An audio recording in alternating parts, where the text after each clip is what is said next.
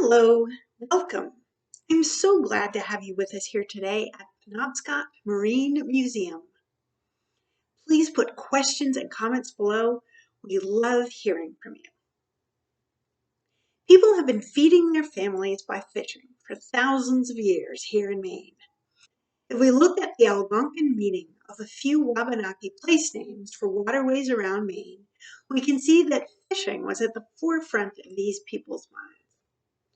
Some translate the name for Passagasawake River as place to spear sturgeon by torchlight. Moniscatic, the Wabanaki name for Bar Harbor, is translated as the clam digging place. Passamaquoddy, from Pescotomacatic, meaning the pollock spearing place. Amasconti means plenty of alewives. Many other Wabanaki names are clear descriptions of the land, which seems to me like it would really help you orient yourself in the landscape. I strongly urge you to take a look at the Abbe Museum and a fascinating blog. We'll put the links below. Europeans exhausted the fishing stock in the waters near their own coasts and were eager to find better fishing grounds. As early as the 1400s, Basque fishermen were sailing across the Atlantic to fish in the Gulf of Maine. Famed English explorer John Smith, in his writing about the New World, lists the large and plentiful codfish as one of the primary reasons to move to New England. And that's just what the Pilgrims did after reading his book. William Bradford records that during a period of famine in the early Plymouth colony, their only drink was spring water and their only food lobster. So the sea was bountiful even when all other resources were exhausted. Here's a pencil drawing of Lubec from around 1875. Starting around 1870 and going up until the 1950s, towns in northeast Maine, such as Lubec, smoked and canned herring. These tall chimneys are probably smokehouses and canneries. This is the bark oni. We think it is likely the oniero, which was built in Genoa in 1879. In this period, many Mediterranean vessels came to Maine with cargoes of sea salt for the fish curing industry. There's a faded note written in pencil on the back of the frame. It might read, "Painted by Noah Wilson, Lubec, Maine, who died in the 1880s. This is a purse seine. The net is spread in a circle and then cinched up like a drawstring purse to catch small anadromous fish like shad, herring, or alewives. Here is a fisherman showing us an example of a shad. Anadromous fish are those fish which swim upstream from the ocean to lay their eggs in freshwater streams or ponds. After the eggs hatch, the young fish then swim back down the river to live their adult lives out in the ocean.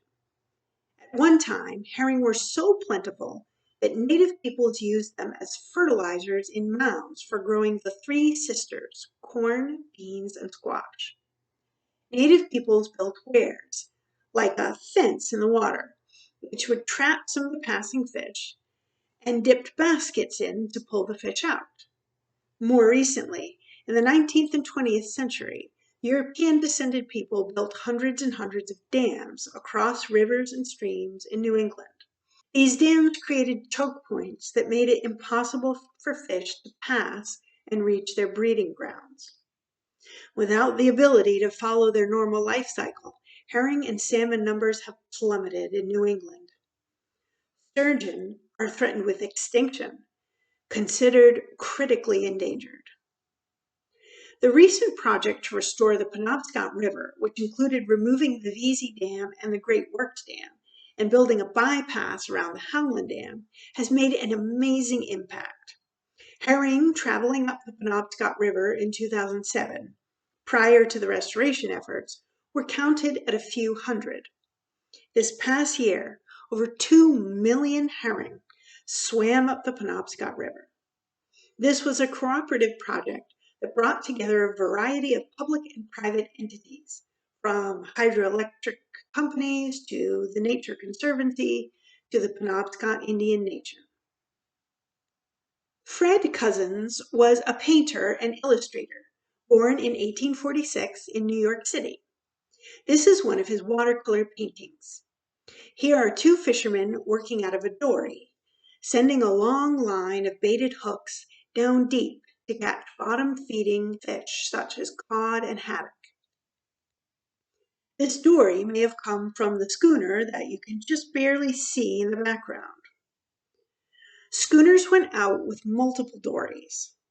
Today, instead of fishing with a few long lines, large trawlers scrape the bottom of the ocean with a giant weighted net. This method catches a lot of fish quickly, but is damaging to a wide variety of creatures and plants, which the fishermen have no interest in.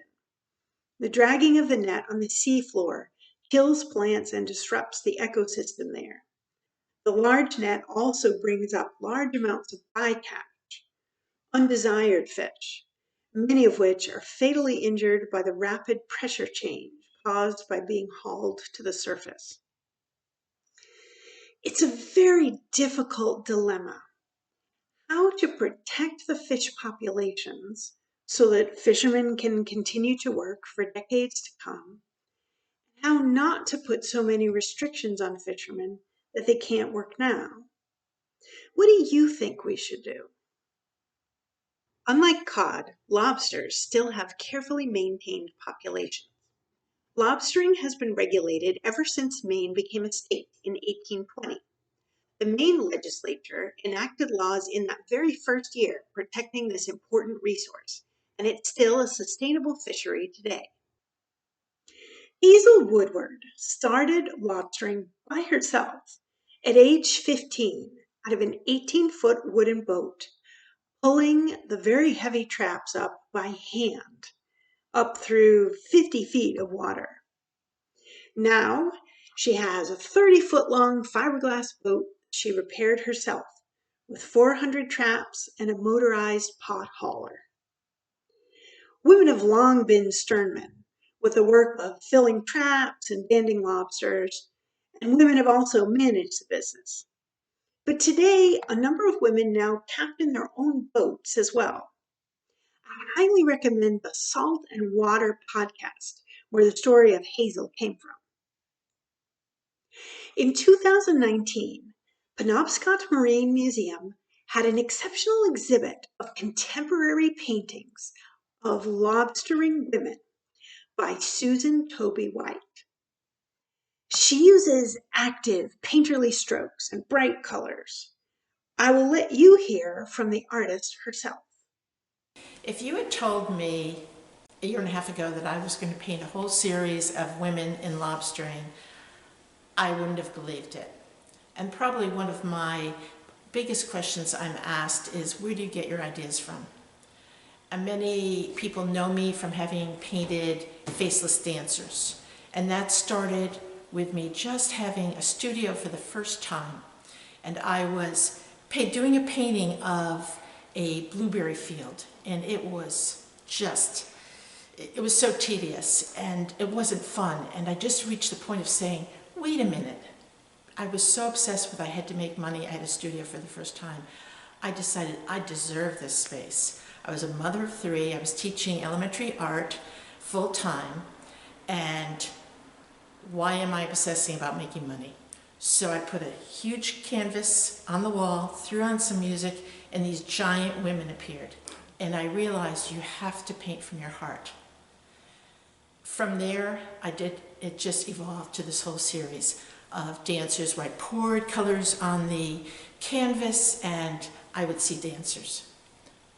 My next series was one of vegetables, and I spent a winter doing a lot of, again, tedious watercolors for a cookbook that I was illustrating. And I needed to break out. So the first painting I did of vegetables was a 48 by 60 inch painting of 5 onions. So again, it was fun, and it was a real color study.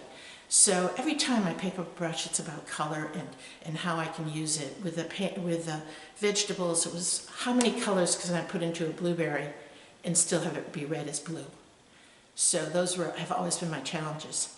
Now with the Lobstering Women, it began because I saw Susanna. She was unloading traps from the boat that she fished with her husband on, and there was snow on the dock. It was low tide. She was working hard, and my first thought was, I would never do that. My husband is a part-time commercial fisherman, and I have banded a lot of lobsters and measured them and that, but I wouldn't be working out the way she is, and I was so impressed. Yvonne, apparently she was going through a change of careers, and she fell in love with fishing.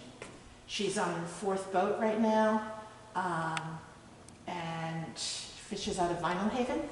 And for a while she was the only woman on Vinyl Haven who fishes, but now there are others. So she's seen a change. She's been fishing for 14 years. There's so much, I mean, all these paintings are narratives. So there's a lot going on in here. This is Nora. Nora's 10 years old. Her grandfather was a part-time fisherman. Her dad is a full-time fisherman. And she has a 10-trap license. And this is a common thread that I'm hearing with all the women I've dealt with, is the whole family connection. I love that. Her mother sent me images of Nora, and this particular one I love because she seems so proud. You know, her gear was ready. She's ready to start the season. The fact that I was an elementary art teacher and used to teach kids about how we learn through paintings really is something I'm enjoying about this being in this space. As if fishing wasn't hard enough. Getting up at 3 in the morning, working in all kinds of weather, trying to balance the needs of the fish population while supporting your family. Despite advances in technology, the sea is unforgiving.